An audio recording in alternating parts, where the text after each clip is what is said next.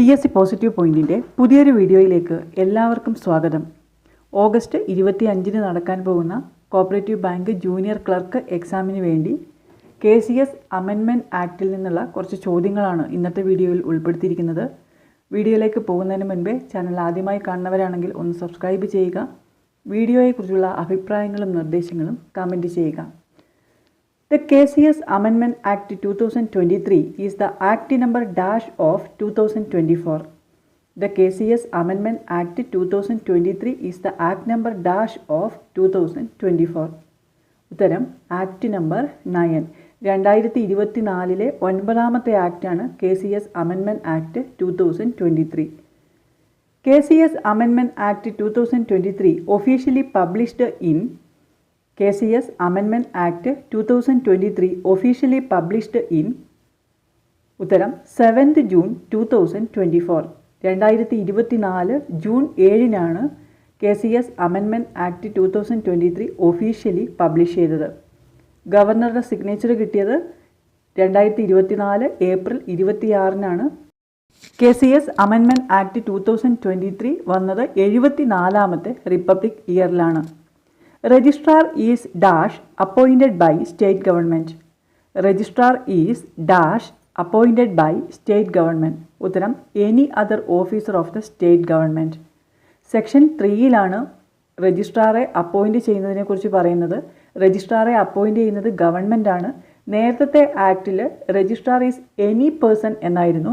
എന്നാൽ amendment act അനുസരിച്ച് registrar any other officer of the state government എന്നാക്കി മാറ്റിയിട്ടുണ്ട്. രജിസ്ട്രാർ എന്ന് പറയുന്നത് സ്റ്റേറ്റ് ഗവൺമെൻറ്റിൻ്റെ ഏതെങ്കിലും ഒരു ഓഫീസറാണ്. സെക്ഷൻ 3 സബ്സെക്ഷൻ 2-ലാണ് രജിസ്ട്രാറിനെ അപ്പോയിൻറ്റ് ചെയ്യുന്നതിനെക്കുറിച്ച് പറയുന്നത്.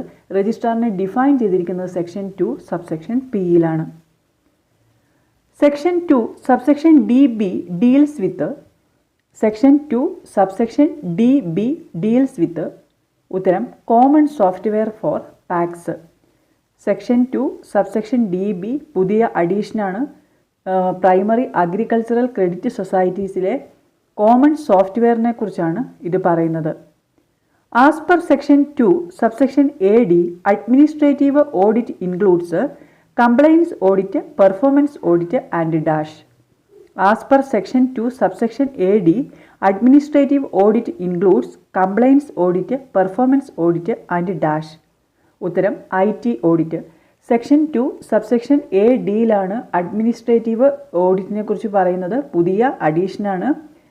അഡ്മിനിസ്ട്രേറ്റീവ് ഓഡിറ്റ് എന്ന് പറയുന്നത് കംപ്ലയൻസ് ഓഡിറ്റും പെർഫോമൻസ് ഓഡിറ്റും IT ഓഡിറ്റും ഉൾപ്പെടുന്നതാണ്.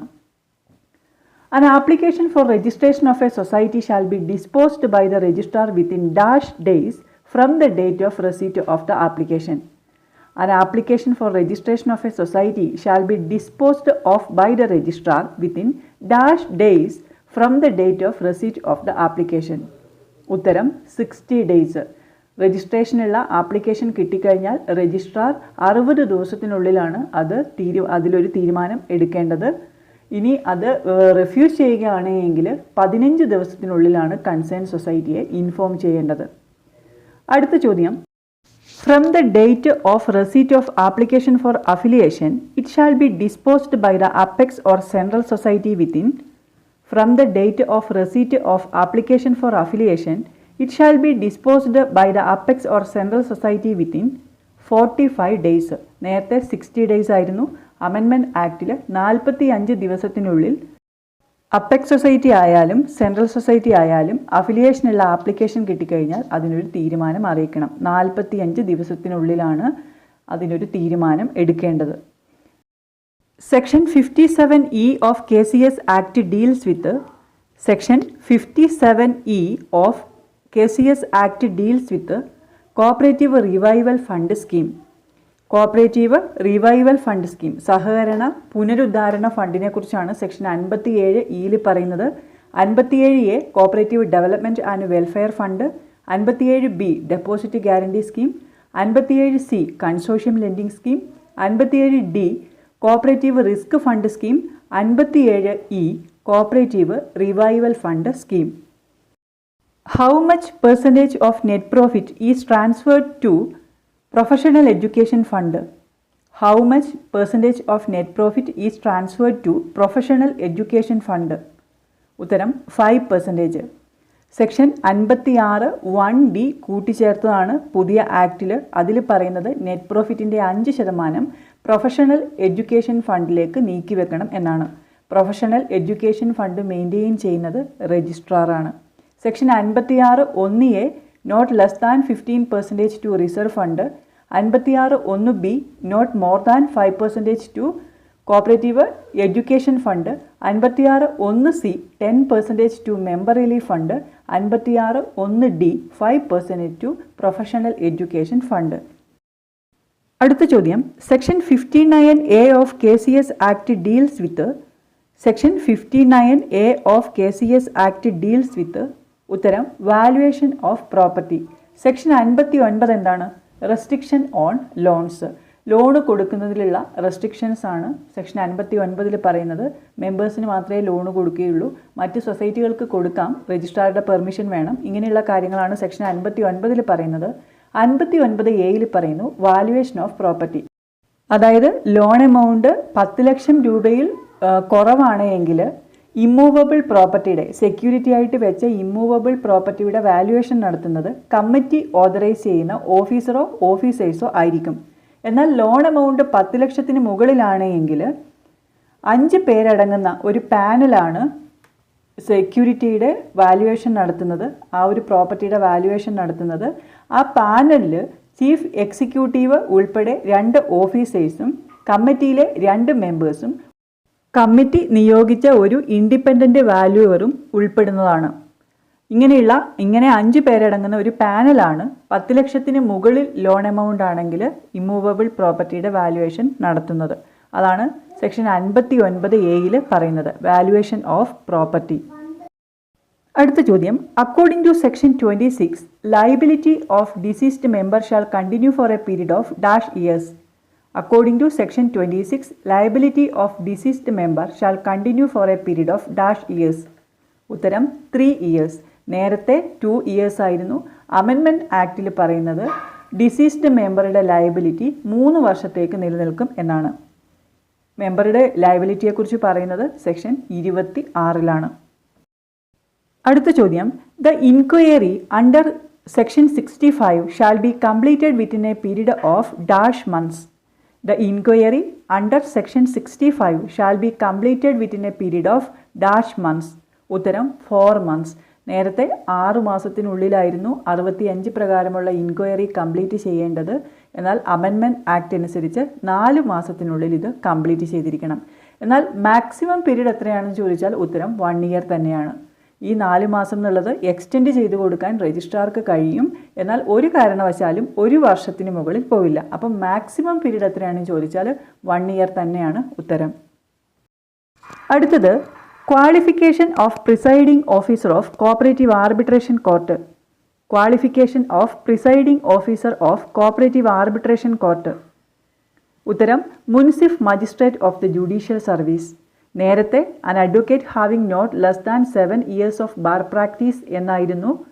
പുതിയ അമെൻമെൻറ്റ് ആക്റ്റിൽ പറയുന്നത് കോപ്പറേറ്റീവ് ആർബിട്രേഷൻ കോടതിയുടെ presiding officer munsiff magistrate of the judicial service എന്നാണ്. കോപ്പറേറ്റീവ് ആർബിട്രേഷൻ കോർട്ടിൻ്റെ ഹെഡാണ് പ്രിസൈഡിംഗ് ഓഫീസർ. കേരളത്തിൽ 2 കോപ്പറേറ്റീവ് ആർബിട്രേഷൻ കോടതികളുണ്ട്, ഒന്ന് തിരുവനന്തപുരത്തും മറ്റേത് കോഴിക്കോടും. കോപ്പറേറ്റീവ് ആർബിട്രേഷൻ കോടതികൾ നോൺ മോണിറ്ററി കേസസ് ആണ് ഡീൽ ചെയ്യുന്നത്. അടുത്തത്, the liquidator shall complete the winding up proceedings within A period of dash from the date of his appointment.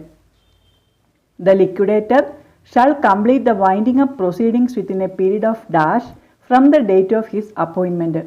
ഉത്തരം 2 years. നേരത്തെ ആക്റ്റിൽ 3 years ആയിരുന്നു. എന്നാൽ അമെൻമെൻറ്റ് ആക്റ്റിൽ 2 വർഷത്തിനുള്ളിലാണ് ലിക്വിഡേഷൻ പ്രൊസീജിയർ കംപ്ലീറ്റ് ചെയ്യേണ്ടത്. അടുത്തത്, state cooperative election commissioner shall be an officer not below the rank of. State cooperative election commissioner shall be an officer not below the rank of special secretary to government law department. State cooperative election കമ്മീഷനിൽ 3 അംഗങ്ങളുണ്ട്. ഒരു state cooperative election കമ്മീഷണറും 2 കമ്മീഷണേഴ്സും commissioners additional registrar ആയിരിക്കണം. Chief election commissioner special secretary to government law ഡിപ്പാർട്ട്മെൻറ്റിൻ്റെ special secretary ആയിരിക്കണമെന്നാണ് പുതിയ നിയമത്തിൽ പറയുന്നത്.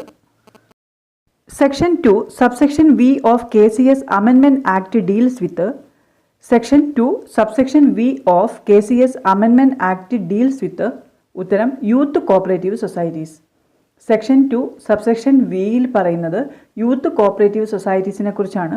45 വയസ്സിൽ കൂടാത്ത ആൾക്കാരെയാണ് ഈ ഒരു സൊസൈറ്റിയിൽ മെമ്പറാക്കാൻ പറ്റുന്നത്. 45 വയസ്സ് കഴിഞ്ഞ് ഓൾറെഡി ഉള്ള അംഗങ്ങളാണെങ്കിൽ അവർ പിന്നീട് നോമിനൽ ഓർ അസോസിയേറ്റ് മെമ്പറായിട്ട് മാറും. As per section 80 subsection 5 %% of the total post of employees of every society shall be reserved for physically handicapped persons. %% of the total post of employees of every society shall be reserved for physically handicapped person. ഉത്തരം 4%. അംഗവൈകല്യമുള്ളവർക്ക് 4% സംവരണമാണ് പുതിയ ആക്ടിലുള്ളത്. മുമ്പ് 3% ഇപ്പോൾ അത് 4% ഉയർത്തി. അടുത്തത് section 106A of KCS amendment act deals with section 106A of KCS amendment act deals with power to remove difficulties. ഏത് സെക്ഷനിലാണ് പറയുന്നത്? Section 106A.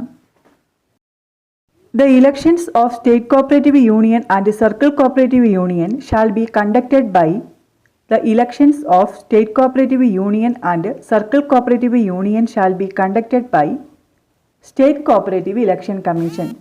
State Cooperative Election Commission ആണ് സ്റ്റേറ്റ് കോപ്പറേറ്റീവ് യൂണിയൻ്റെയും സർക്കിൾ കോപ്പറേറ്റീവ് യൂണിയൻ്റെയും കൂടി ഇലക്ഷൻ നടത്തുന്നത്. അത് section 28B(1) പറയുന്നത്.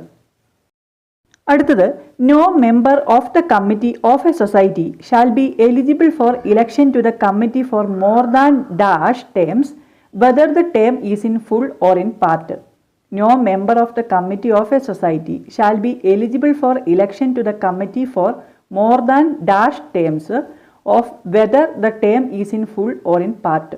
ഉത്തരം 3 കോൺസിക്യൂട്ടീവ് ടേംസ്. ഒരു സൊസൈറ്റിയിലെ മാനേജിംഗ് കമ്മിറ്റിയിൽ തുടർച്ചയായ 3-ലധികം തവണ മെമ്പറാവാൻ ഒരാൾക്ക് കഴിയില്ല. ഇത് സെക്ഷൻ 28 സബ്സെക്ഷൻ 2A പറയുന്നത്. KCS അമെൻമെൻറ്റ് ആക്ട് 2023 നിന്നും സെലക്ട് ചെയ്തിട്ടുള്ള കുറച്ച് ചോദ്യങ്ങളാണ് ഈ ഒരു വീഡിയോയിൽ ഉൾപ്പെടുത്തിയിരുന്നത്. ഈ ഒരു ക്ലാസ് നിങ്ങൾക്ക് ഉപകാരപ്രദമായി എങ്കിൽ ലൈക്ക് ചെയ്യുക, കമൻറ്റ് ചെയ്യുക. മറ്റ് പ്രധാനപ്പെട്ട ടോപ്പിക്കുകളുമായി നമുക്ക് അടുത്ത വീഡിയോയിൽ കാണാം. താങ്ക്